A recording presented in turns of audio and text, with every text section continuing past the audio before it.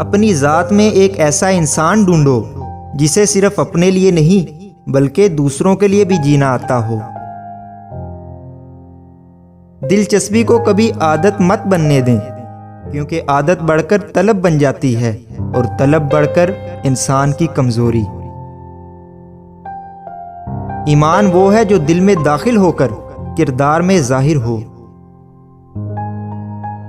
درست فیصلہ آپ کے اعتماد میں اضافے کا باعث ہوتا ہے اور غلط فیصلہ تجربے میں اضافے کا۔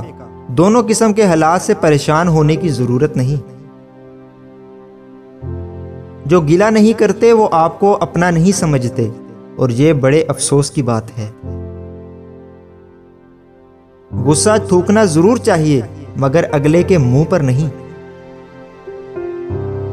حال کے بدحال ہونے کے باوجود مستقبل کے خوشحال ہونے کی امید نہیں چھوڑنی چاہیے۔ ہر آنسو اذیت کا آنسو نہیں ہوتا، نہ وہ خوشی کا ہوتا ہے، نہ دعاؤں کی قبولیت کا، نہ محبت کا، نہ شکوے کا۔ وہ بس آنسو ہوتا ہے اور اسے بہنا ہوتا ہے۔ ہمارے ہر عمل کی خالص نیت اللہ ہو تو ہمارے ہر عمل عبادت اور محبت ہے۔